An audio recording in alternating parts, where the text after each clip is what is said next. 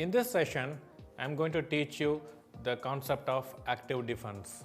Normally what happens when we are young, whenever something is under attack, we should not immediately think of defense, but we should also consider the option of counter attack or even sacrificing material.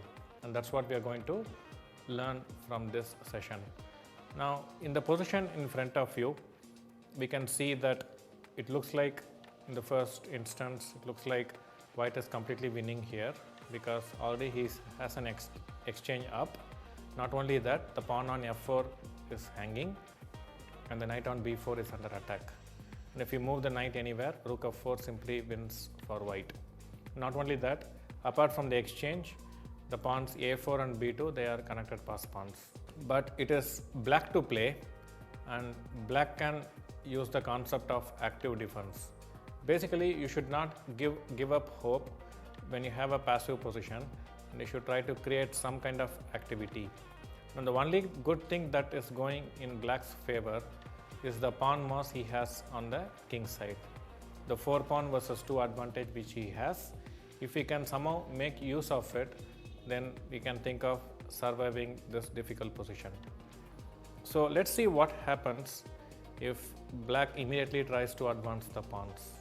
For example, f3. Now gf3, gf3. We have to do some good calculation in this session to understand what is going on. Now if I play king takes e3, then black will get the counterplay knight c2 check. So you have to take king f3. Now king g7, it comes with a check. The point is, if king e3, we again have knight c2 check. But I don't have to play king e3. I can simply come back king e2. And after this, white is simply winning. Because now if you go knight c2, I have rook c4. Knight is under attack. If you move the knight, I will win king e3. The only way you can continue the position is by playing this check. I go king d3. Again the knight, if it moves, you lose the e3 pawn. So you can continue with the check. And I have king c3. Now the last counterplay option for him is to play e2.